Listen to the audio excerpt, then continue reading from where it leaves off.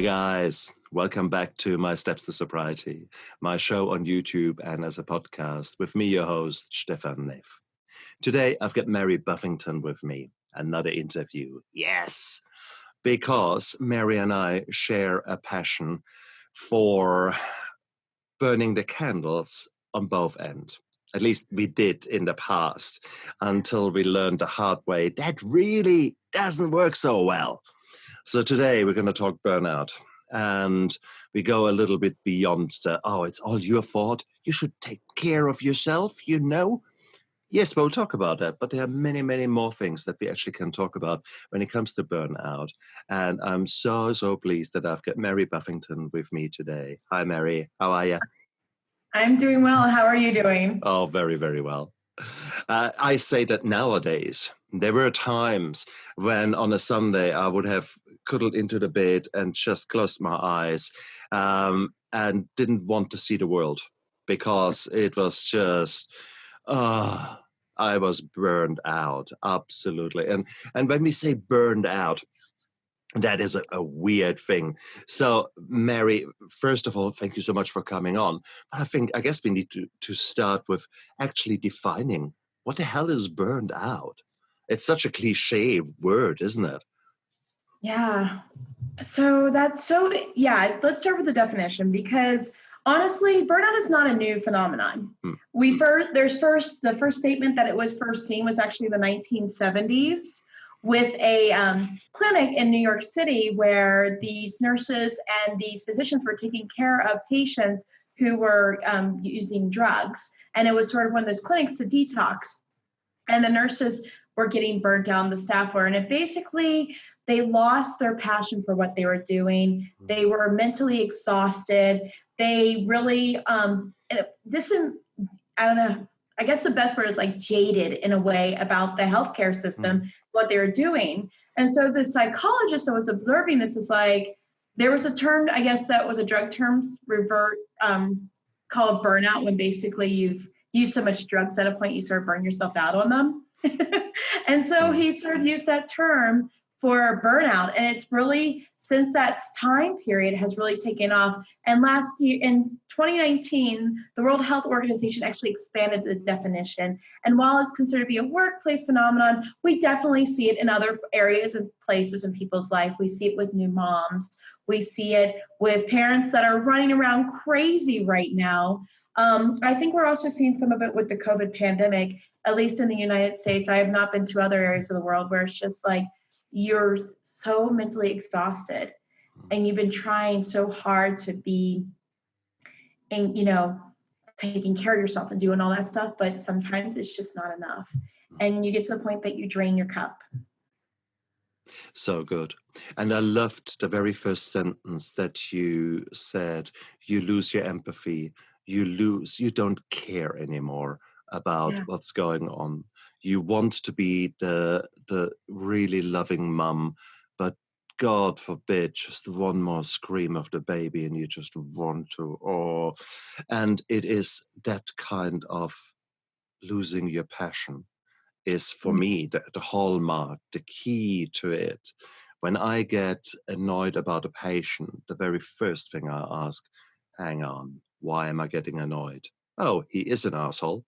Okay, that's cool. That's fair call. There are personality disorders and there are some really evil people out there. That's cool. Oh yeah, that's him. Or is it actually me? Because I have come to a point where I just did too much. So very, very, very good start and very good definition. Thank you. But when you went into nursing, I imagine that you didn't hook onto the psychology of burnout. Yay, that's really what I want to do. What kind of nursing did you do? Well, I have been an oncology nurse for most of my career. I did start out doing children's psych for a little bit, and I love doing that part of working with children and sort of helping them with some coping skills.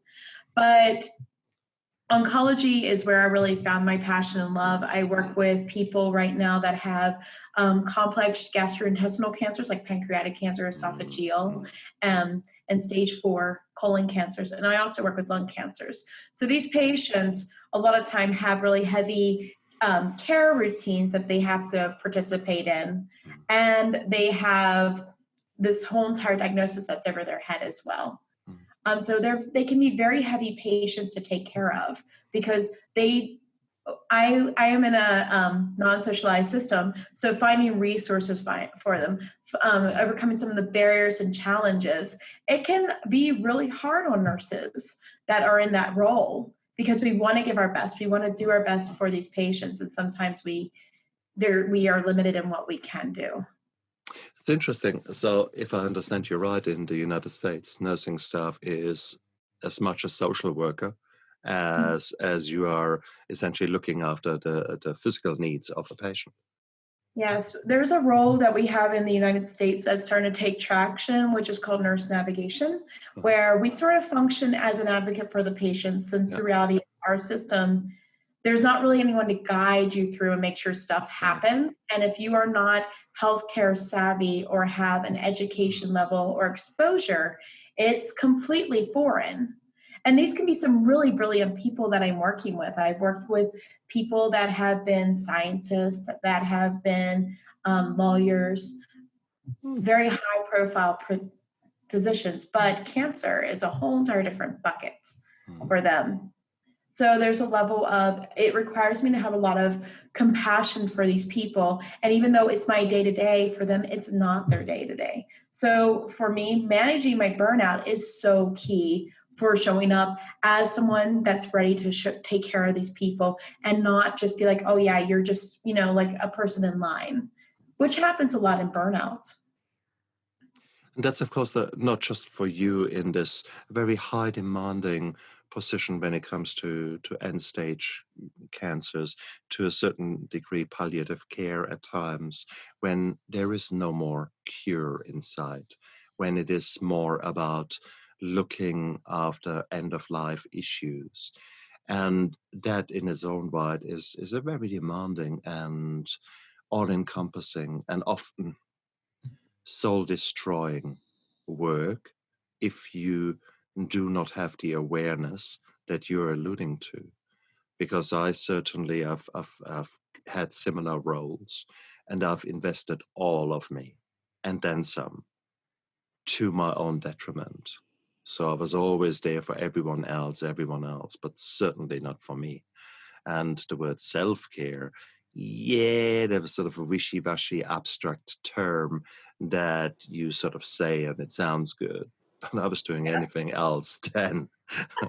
So, and I think that's most of us in any kind of emergency setting, let it be police, let it be ambulance, fire, nursing, various healthcare technicians. We are all there because we want to serve others, and we are perfectionists. Type A personalities often who are out there to just, And you really don't want less than a type A personality taking care of you. I want someone that's, wanting to make sure things are good, and that it's like, well, I sort of made that sterile. That's good enough. I want someone. That's exactly. At the same time, being in that perfectionist mindset, there are times where it's okay to be a B+ student. In healthcare, there are times where it's okay to be like, you know what, I did my best. And as opposed to starting to beat yourself up, which is that thing that happens for our perfectionist personalities, where if we don't achieve that perfection level, we will start making it to mean that we're less than, that we're not good enough, and use it as, I don't know, like self-flagellation at night, like, oh, I didn't do well by that patient, whip, whip, whip. We're just beating ourselves up. Versus actually realizing that we're still humans at the end of the day, and we deserve our own self-forgiveness and self-love and self-compassion. So true. So true. Just as much as the patient deserves the dignity and the respect, we do too. Yes. And it is sometimes quite important to actually make that clear to yourself. As an example, I'm an anesthetist, so I anesthetize Monday to Thursday, and Friday I've got a clinic where I see all the patients for the next week or two. And these clinics are often brutal and tightly booked because we do a lot of work, which is nice. But I want to be there for these patients. And it's not uncommon at all that I don't even get time to pee or don't even look after the very, very, very basics of my own needs, because we're also focused on the patient. And oh my God, he's been waiting 10 minutes. Oh my God. No. And nowadays, I actually say, hang on, if my body is in a fight and flight scenario because my bladder is full and there's this adrenaline kicking, oh my God, why can't I go to the toilet? And that is all happening in the reptilian brain. You're actually not really aware of that. So it is quite a weird one. If you have that as the underlying thing and you haven't drunken anything and you haven't eaten anything and you haven't done all the things that you really need to do as your basics, you're already on the back foot. And then bring on someone who falls to pieces because this person is someone who had a fresh cancer diagnosis, is someone who was running around like mad, being mummy, being all the other roles that you want to be in your life. And then suddenly you get a big C word coming along. And wow. So there you are. I want to do the right thing for this patient. I want to hug this patient and say, look, it's going to be all right. My focus is all there. Yet here I am. This is, the dehydration, the full bladder, everything kicks in because we are just so focused on everyone else. Does that ring a bell? Does that, were there shifts where you basically not even thought about food? So when I work with my clients on inner resiliency, a lot of what we talk about is a first step of being self-preservation. Or if you think about Maslows hierarchies of needs, it's sort of your basic fundamental needs and your safety. These are things we need, and our reptilian brain focused on, when we look at when we have our sensory intake, because that's how our brain sort of is like, our reptile brain sort of decides if things are safe or not safe.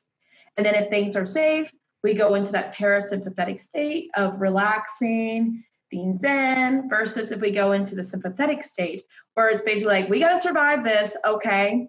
And so these things, we will put them on the back burner, like our basic fundamental needs. If like bathroom, that's a big one, water and that sort of stuff, because it's sort of, we're in that place of just trying to survive.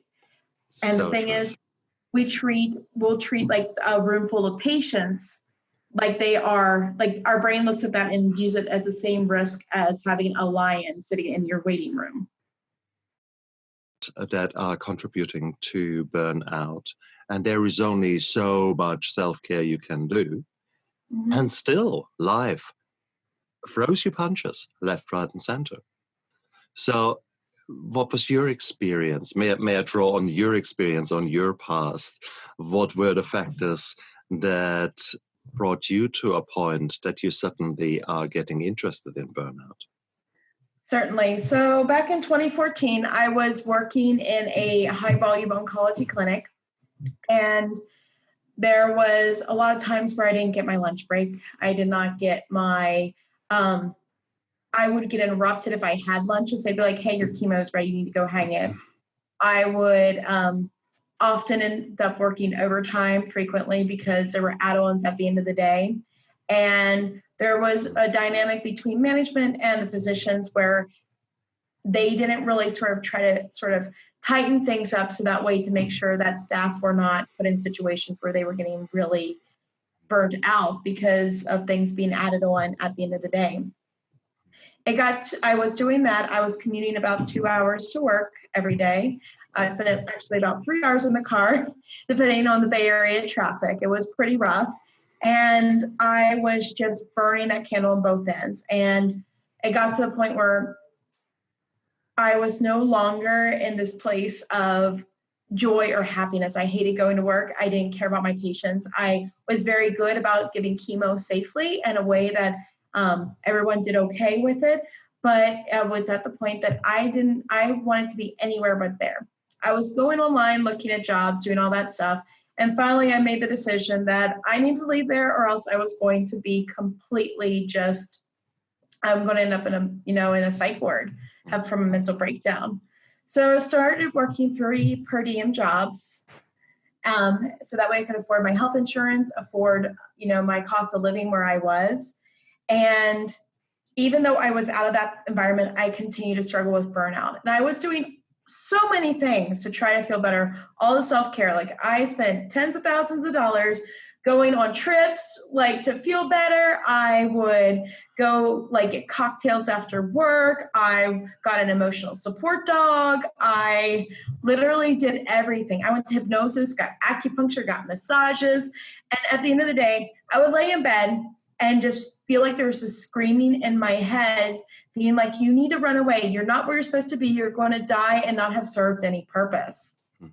So I have to tell you, I was doing all the self-care that they have recommended, bubble baths even. It was ridiculous. I did different diets, literally everything that you're supposed to do for self-care. And at the end of the day, it didn't make a difference in my burnout. I was still struggling at work. And the reason why is because I basically, when I work with my clients, I explain there's 4 different areas of basically managing burnout and building resiliency: self-preservation, self-care, self-love, and purpose. And I didn't really have a purpose anymore. I didn't like what I was doing. I wanted to do anything else. I was seriously thinking maybe I could be a dominatrix. Or maybe I could just go become an IT person. I'm in the Bay Area. I'm sure your nursing council had something to say about the dominatrix. I'm not sure that goes as a CME or so. It probably doesn't, but it was at that point where it's just I don't like healthcare anymore. I wanted to be out completely. And I share this because I cannot tell you how many times coworkers of mine have seriously thought about being a stripper or something versus coming in another day at work. If you've never heard that joke, you've not been around a bunch of female nurses. But if you don't have a sense of purpose in what you're doing, if you've lost that, and you're beating yourself up every night, calling yourself an idiot for staying in the job too long or not doing something else, that is a hard way to live. And if you're basically doing that, you're going to keep looking for ways to beat yourself up, keep looking for ways you don't have a purpose. And that's so hard, isn't it? And you come to a point where if people were to ask you, who are you? Oh, I'm an oncology nurse and I'm really, really good in it. No, that's not what I asked. No, who are you? What do you mean? Yeah. And it is so bizarre. I was that. I was burned out to the nth degree because I worked so long hours, so much emotions went into my job. And ultimately, when enough was enough and I went into rehab and got my act together with the alcohol, thereafter, I really struggled to say who I was. I could not define myself apart from the doctor who gives everything kind of a thing. And it was a lot of soul searching, and it was 1 or 2 years of me starting to build up a new me and learning to love that combination of the old me and new me, and to find a purpose in my life. But that was a slow journey. And I remember the emptiness, the hollowness, the lack of purpose. So your words very much resonate with me. They describe me to a T. Yeah. And I don't believe the reason, some people like to sort of put your purpose and self-care together, but I don't like to do that because my purpose and my self-preservation shouldn't be things that I'm doing to make myself feel better. They're not the same thing. And we shouldn't treat them like the same thing. I'm sorry, but going to the bathroom is not the same as making sure that I like getting to sleep in on a Saturday. So or true. Going to, or writing poetry. They're very different things. So true. So true. And nowadays I allow that. And I say, well, this patient had to wait now 20 minutes. I'm sorry, he will wait 22 minutes now because I will empty my bladder. And it's as simple as that. But I have to give myself permission. The old me is still ingrained in there to be, oh my God, oh my God, oh my God, hectic, hectic, hectic. And nowadays I say, stop, pause button, click. Okay, I have now a toilet. And if you actually measure it, it's 90 seconds, 2 minutes. Literally. Hey, wash your hands. And maybe if you're doing like a little bit more than peeing, you know, it'll take a little bit longer. At the same time, if you have to use the bathroom when you're with a patient, you're not going to pay attention to the patient. You're going to be like, oh my gosh, can we wrap this up? Yeah, exactly. Exactly. So it's so bizarre, isn't it? But it's good that we spell it out there. But we are still with the basic needs and the self-care. But we have now sort of expanded a little bit on some of the other issues. But you were mentioning it yourself. You worked in a system where the system in itself was not really aware of the pressures they put on the individuals. Actually, the cynical me says they are very much aware, but they just don't care because money is the bottom line. And in order to give you that breathing room, they need to employ another nurse. And sorry, that's against the bottom line. So I think there's probably something to be said about that, certainly in the American system, certainly in the private system here in which I work. It is hard. And equally in the public system. I shouldn't focus on one system here because money makes the world go round, and right now in New Zealand there's not that much money there. There are restraints on every system. Therefore, it is so important to work within that system, but highlight the stresses. And how did you go about that? I mean, you were working in a system that was harsh. You could have chosen to run away. As you said, become a dominatrix. Good on you. But honestly, these whips, they cost money. So no, you're running from the frying pan into the fire now. Yeah. Well, it's so good that you're bringing this up because I think that there's a level of the different systems. We always think the grass is greener on the other side. And I will tell you, in America, we're like, we want something socialized. We want this. So that way things will be better and more controlled. But if you read about the nurses in NHS in the UK, they're struggling just as much as burnout. Burnout really is a global phenomenon in healthcare. And I do believe that the nurses and the physicians that are treating the front lines are those canaries in the coal mine. Like we're no longer as effective, if you will, because we're basically so drained. When you are a physician or a nurse or in any of the arts, the medical arts, you are a healer. Like you didn't go into it just so that way you could make money. You went into it because it was a love of helping people. And right now there has been, even since I've been a nurse, I've been a nurse since 2006, a lot of things have shifted in what we do and how we do things. There's more focus on standardization in a way that we don't allow people to sort of be the healers that they're really good at being. Even though I do believe standardization helps with patient safety, there's also an aspect of we are still working with humans and they need that human touch and they need more than just here's your pill, go and have a good life from us. So true. Friday clinic. I had this young woman coming in for an orthopedic operation, and she was a little bit guarded to me, and I sort of just talked normal to her, maybe the way we talk here right now.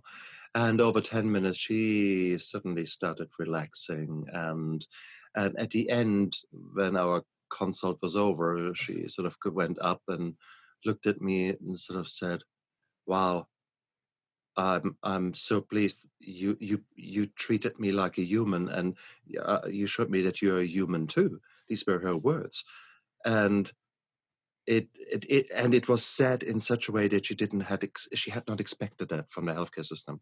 She expected, yeah, you,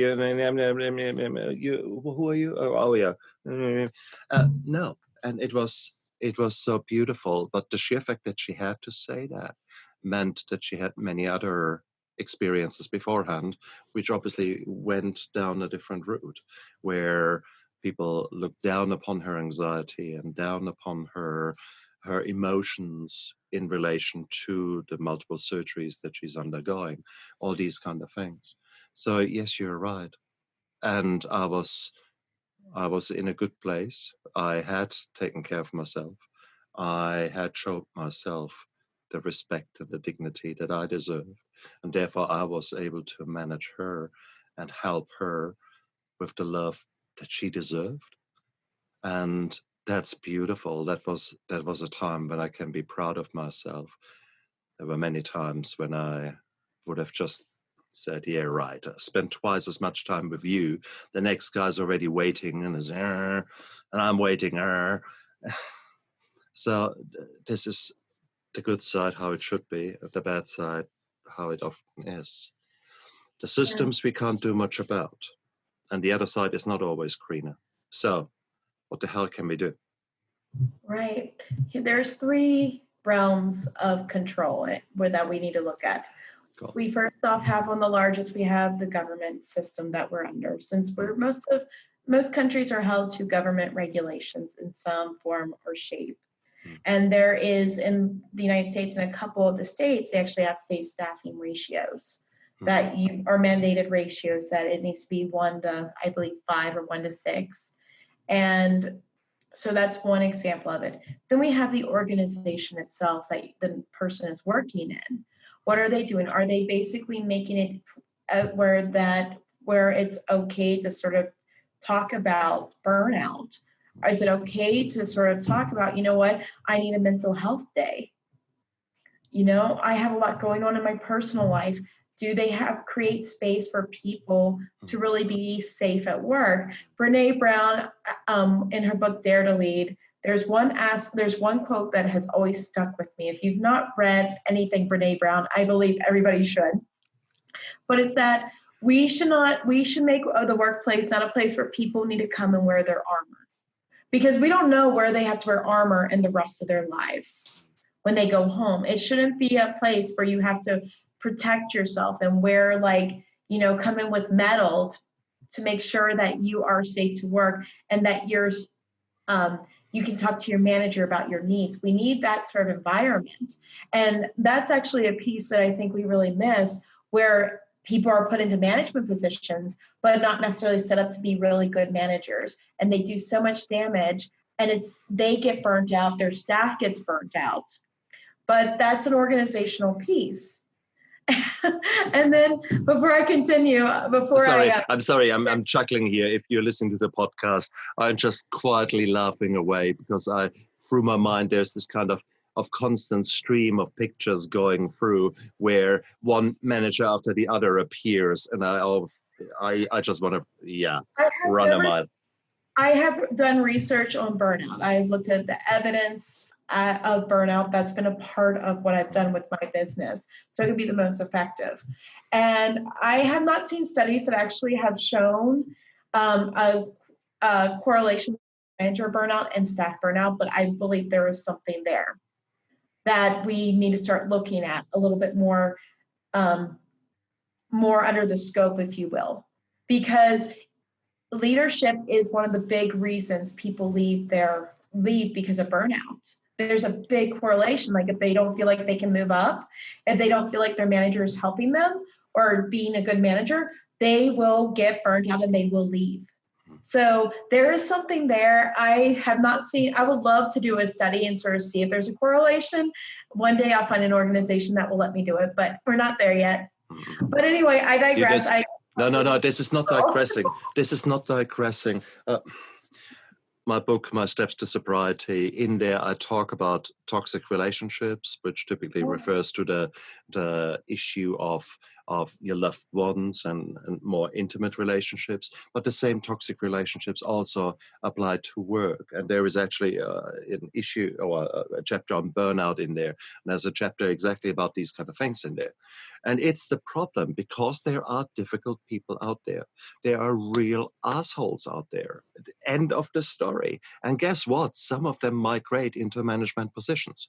So you have got a real issue. And you can't just say, oh, this is, oh, yeah, well, And the study, to do that study, no institution will let you do that. Because with that, they suddenly have to look at bullying. They suddenly have to look at mismanagement by a superior person. And no one, that is the same like whistleblowing. You do it once and then you're invited to leave. I'm going to share something with you because this was something that's really changed my life big time, is dropping this idea of being a victim to people I work with. And here, I'll tell you why with it, because I have had really challenging relationships. And part of my big burnout was I didn't have good relationships with my manager. And so I was very frustrated. I felt really stuck with that manager. I felt like he didn't listen to me. He did not respect me. And at the same time, I was not necessarily being respectful to him either. And it becomes toxic because there's a level of you just keep swallowing the same poison about the person and you're not looking for a solution of either you talk to them like, hey, listen, I want to work with you. Because a manager, I no longer view my managers as above me.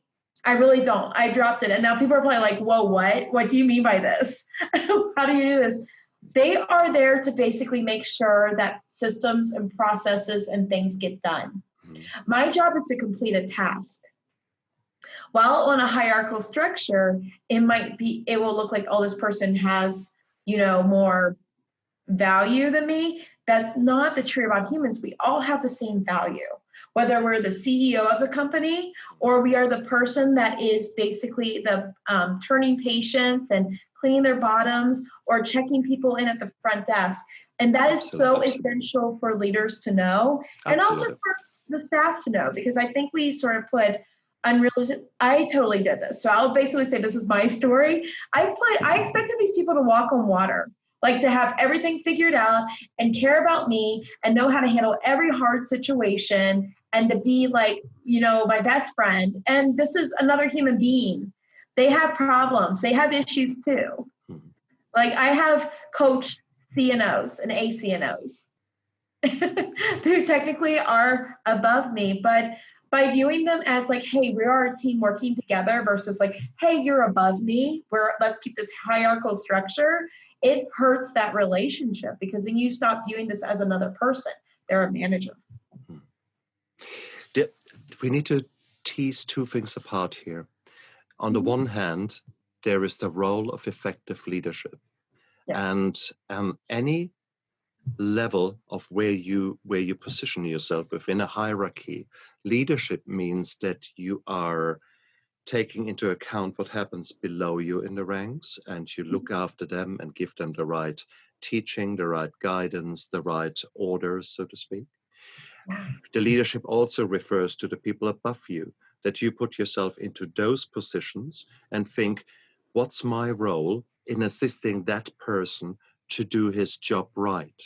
So if you understand that and see his or her needs, what she is being held accountable for, and how you fit into that, that is very much effective leadership. And if anyone wants to read something on that, Jocko Willink, my hero as far as leadership goes, Extreme Ownership is his book, or The Dichotomy of Leadership is another book of his. So brilliant reading. So if you're looking at these roles and how they link to each other, that's very much what you said.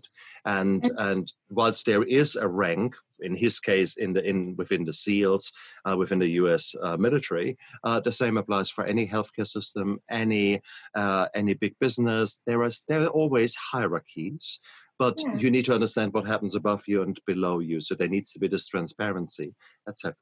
So that's one thing that we need to say. Yeah. So, and if I could just add on that, like this is the whole entire idea of managing up, where even if you are not necessarily in charge of people, you can set your leaders up for success. And when you do that, they're going to be better leaders. Absolutely. And I tell you, this has changed my life. I'm being serious. Like, this has changed my whole entire work environment, where I talk to my leaders in a way that it's an emotional intelligence technique, but like not viewing them as being like this. They basically don't care about me. They're not interested in helping me. We are a team. And it has literally changed the quality of my work. It's changed my experience as work. And I've actually grown into roles because of this. So, I mean, even if you don't have anybody underneath you, by setting your leader up for success, they're going to be better to you. So just do it. It's not going to cost you anything. Absolutely. And when I said we need to tease things apart, that was one side of the story. And the good news for all of you listening and viewing, that's actually 90% of real life, because 90% of people will actually be, in their nature, they will be good guys, and if they behave like idiots, then it might be that they're so much under stress and so much crap is happening in their private life, etc. They're just human beings, and they're showing not themselves in their best light, but actually in a level of stress or distress. So that is 90% of the people. Yeah. 10% of the people are personality disorders, narcissists, the promoters, the kind of those people which you just know they will be extremely difficult. Now, you can't wish them away. You can't make them go away, because they are often highly effective because they don't give a stuff about other people. Therefore, they become good managers, and therefore they don't care if they have to fire a few people in order to make the organization look good. So these are the hardcore guys that are not there, and they will never be your friends, okay? Because they're assholes. Full stop. What do you do if you work with someone like that? And it doesn't matter if he's below you, parallel to you in the same rank, or above you. How do you deal with that? Well, I'll be honest, I'm still human. I wish I was walking on water, but I'm a human, and I get frustrated with people. But I don't let that be the end of the story with it. I stop calling people difficult people. And here's why: because the moment I label them as difficult, I start acting different to interact with them. So I basically almost contort myself into how I need to interact with them, so that way I think I need to interact with them, so that way we can, like, I won't get hurt or they won't hurt me. And the problem with that is we end up basically, because we're so contorted, we're uncomfortable. We don't know how to be ourselves. And we almost handicap ourselves to be around these people. You don't want to be handicapped around another person that you don't feel safe around. You don't.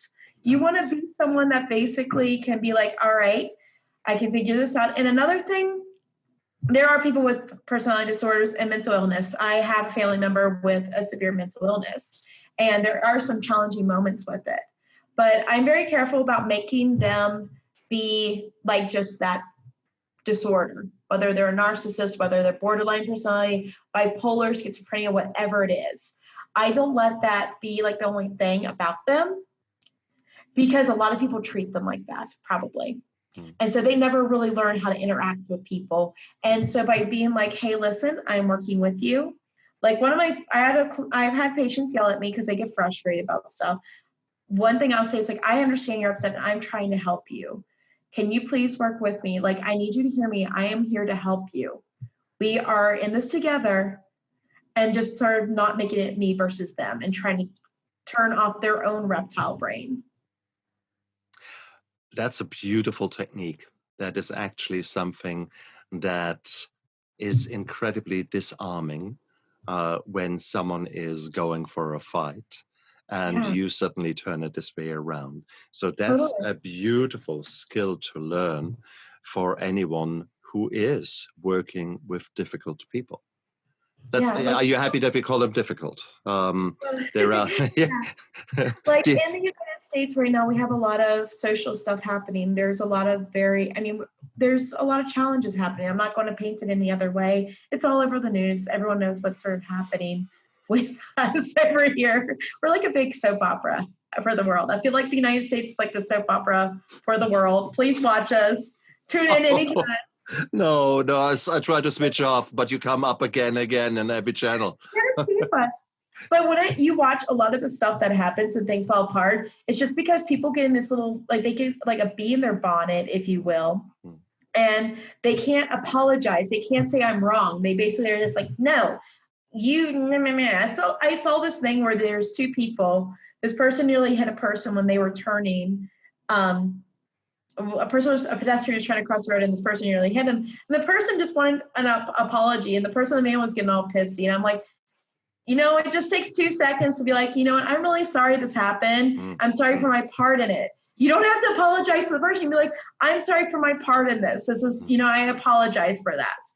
And, then you're owning your part in the little miscommunication. And it's, it doesn't hurt you. It doesn't make you less of a person. No. It's on okay. the contrary, absolutely on the contrary, because you show humility, you show backbone, integrity, all those things that mean for some people bugger all, but you actually doing that.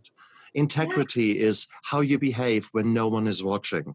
Just if you ever wondered, and that is exactly, if you know that you've cut someone off, or you really needed to get to work, and I take that smaller gap than maybe is okay. I go in there, I will make them well sure that I sort of hold my hand back into the rearview mirror and say sort of thank you or apology or something like that. Yeah. That's normal. Yet, how often do I see that actually happening here in New Zealand, where we think we're all friendly? Yeah, my bottom. No, people cut you off and that's it. People are people. We're 50% good, 50% bad. We've all cut people off in traffic. We've all flipped somebody the bird in traffic. If you haven't, I want to meet you and I want to learn how you have stopped from being human. You are I need to know you. I need to understand you. But the reality is, we are 50-50. One of my things that I've really appreciated about a lot of more recent cartoon movies is there's no like super big bad villain. Usually it's basically people that are complexities and they are driven for different reasons. And they think they're being right in their pursuit for doing something. And this does tie into burnout because there's a level of we get in this like mindset that these people aren't safe at work. They're just out to hurt me. They're just out to bully me and pick on me. And there's times where what the person will do is actually start acting like the bully to sort of deal with it.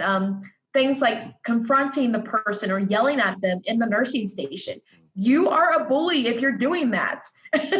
That's not acceptable professional workplace behavior. I don't care who you are. Becoming a bully to deal with a bully just makes you a bully. Very, very true. And I think that's the key thing, isn't it? I think not the key, sorry. It's okay. What you are describing are so many facets of the problem. And I think it's really important to realize that burnout is not just one thing. It's not just one reason.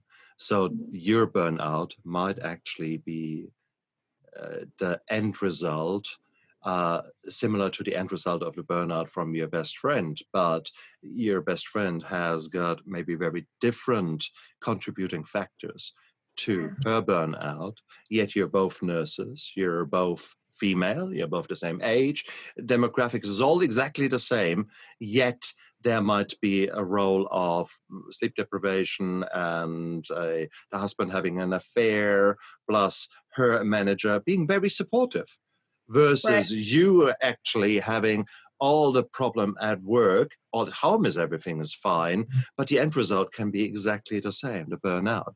And it's so important to tease actually apart and to press the stop button and the pause button and to actually think what the hell is really contributing to how I feel. Totally. And go on. No, you too. Yeah, like I totally agree with you. This is why I sort of, as I said, I totally am a person that goes down rabbit holes. Just like pull me back anytime I start to, please. But if you think about, I said earlier, we have the governmental, we have the organizational, but finally we have the individual. And the only thing in your locus of control you have control of is yourself.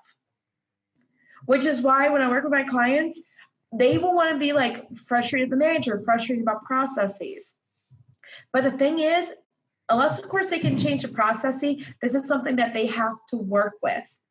Or else, like bring a solution to your manager. Be like, hey, not just complain. You can't just go complain to managers. That's another reason why managers don't necessarily, you might have a problem with a manager, is you go there like, I don't like how we're always, having to change fluid at the end of shift.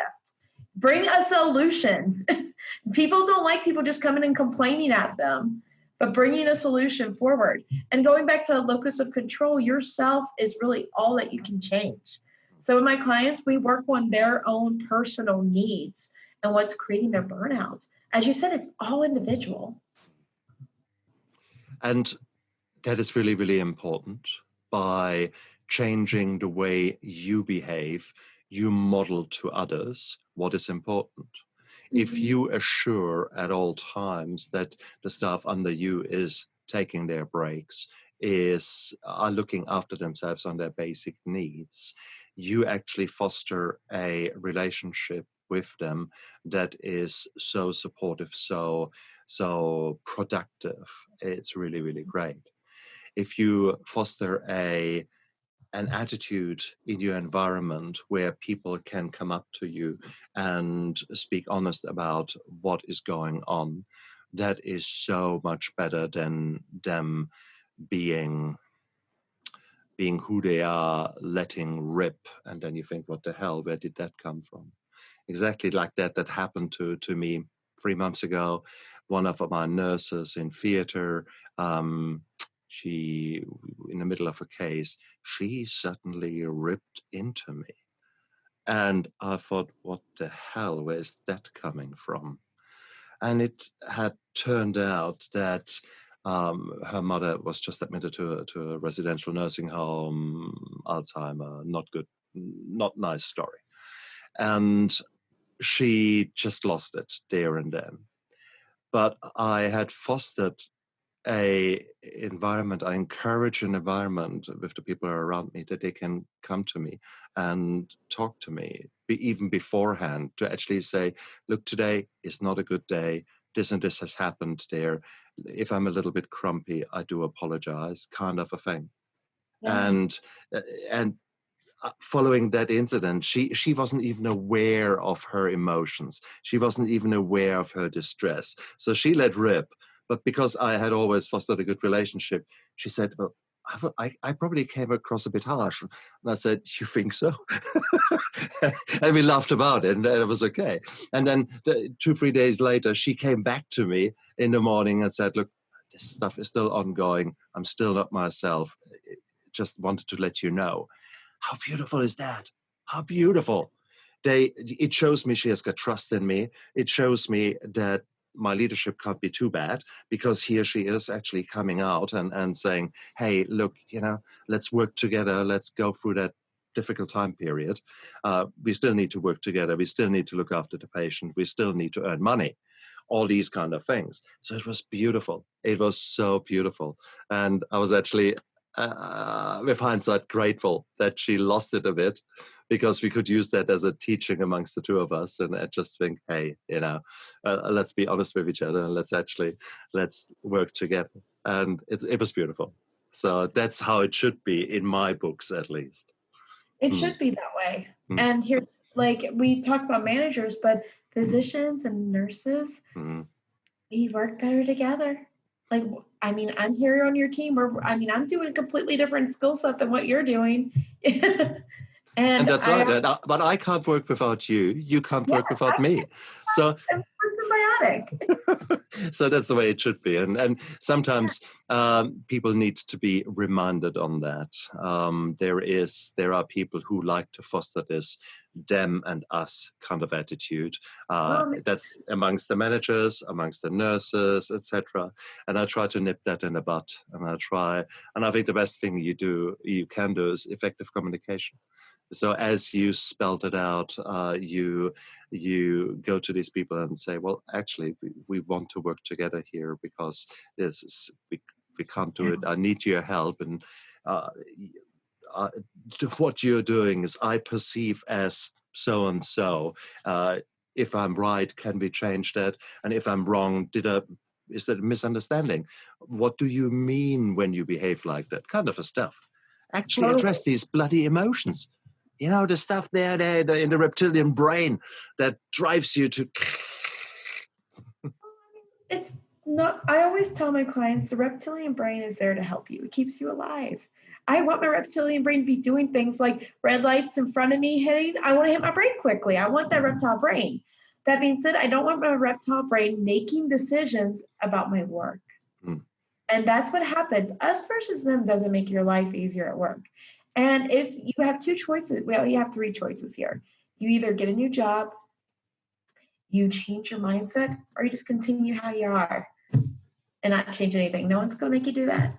But here's the thing, like, we make things so much harder. For 90% of the time, our mindset is, as you brought up earlier, is really what causes most of the problems. And that's wonderful. I mean, it sort of sucks to hear that. Like, hey, the problem 90% of the time is you, because you're in your head thinking these thoughts. It's not like someone's jumping in your head making you think that about them. Like, they probably don't think they're being an asshole. Let's just be real for a second. They probably think that, for instance, with your with that nurse, when she was laying into you, she probably didn't think she was being a jerk. She probably thought that, like, I'm really frustrated about something. And how you were like, this is not about me. That is a mindset that's something I tell myself during difficult conversations. Like, if someone gets sharp with me and I'm like and I'm just like, ugh, because, I'm human. I react to things. I still have a reptile brain and a mammalian brain doing their own little business, trying to keep me alive. But it stops, like when we basically sort of take a breath and be like, this isn't about me. Their reaction is not about me. It's sort of liberating, Exactly. So how you sort of brought that up. And then you guys had this deep conversation. And now I bet you money. I mean, like, I don't have any money right here, but I bet you money your relationship with this person actually took on to a new level in a way. Absolutely. It was already very good, but it was just, there's this understanding and appreciation of kind of brothers in arms. We've gone together through some shitty situation there, and it's just another notch in the belt kind of a thing, where we look at each other and know, okay, yeah, I've got your back, and I know she has got my back. Do you feel like, because I know a lot of people are concerned that if you all have that level of a sniff, like a snippety moment, that they become worried that just opens the door for that to happen again and again and again. Do you feel like that's true now? No. Yeah. Because I believe that it is a mental scar that she will not forget and I will not forget, and for all the right reasons. So it is something where we can go back to and actually said, okay, that was quite interesting. And now some emotion that is similar creeps up again. She will think, hang on. Is it, okay, maybe I need to be a bit careful here, the way I speak to X, Y, and Z, because same circumstances, same emotion. Last time it didn't end so well.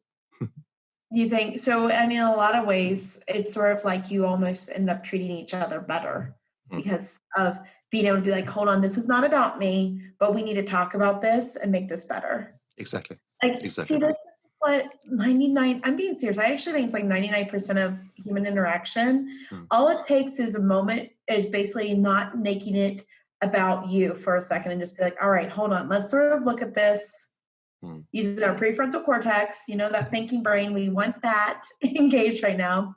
Because this is not about me. This is something going on for you. So true. So true. Oh, Mary, this was an absolute fantastic talk. I loved that because we are both have learned the lessons the hard way, and we both work in complex systems, in complex scenarios where one day is never the same as the other day. There's complete new challenges with every patient, and that makes it so beautiful. That is why I love my job. That is because there is never a boring moment as far as I'm concerned. So it's lovely, but it comes with a level of stress and sometimes distress that we need to manage. And this awareness that you are teaching and breaking it down into manageable pieces is such a valuable way forward. So if you guys want to know more, well, as far as some of the things are concerned, My Steps to Sobriety has got a hell of a lot of action plans in there where I look at burnout and stress and all the kind of challenges that life throws you. And there's a lot about the alcohol in there as well, because often enough when you're getting burned out, you hit the bottle, unfortunately. And we healthcare workers are typically quite a wet bunch. So it is what it is. So if you need to know more about that, go and have a look at my book. But more importantly, if you are specifically touched about the topic of burnout, Mary, how can people learn more about you and from you? Where do they find you? All right. So the best place to find me is to go to burnoutward.com. I have some resources on there. One of the areas where I see a lot of people struggle is at the beginning of their shift when they're going in, and afterwards finding ways to unwind. That's where we start looking for our vices to feel better, like alcohol or food or wherever you might be struggling with like a little bit of an addiction, if you will. But feel free to check me out. And if you are on Facebook, I also run the Burnout Ward community. It's exclusively for nurses that are experiencing burnout or want some tools to sort of help them. Those are probably the best two places to find me. Which is brilliant. And if you think about it, that many healthcare systems are often the biggest employers in your community or amongst the 3 biggest employers, there are a hell of a lot of nurses out there. And there are so many nurses who feel not valued and feel burned out. End of the story. So guys, if you're listening into that, then please check Mary's work out. There is I can virtually guarantee you that you will get some different insights and maybe something that helps you to move yourself forward and become the person that you want to be. And that is an ongoing journey for all of us. Sometimes we forget what is possible. You're not helpless. You're certainly not alone. And why not find a tribe of others that have got similar problems and, more importantly, have learned how to overcome them? So check Mary's work out. Mary, thank you so much for coming onto my show. I truly appreciated that. And it was an honor for me to interview you. Thank you so much. This has been a lot of fun, and I hope that this helps some of your listeners. Absolutely. Look after yourself, guys, out there. Make the most out of this beautiful day. Bye. Dream on, dream on, dream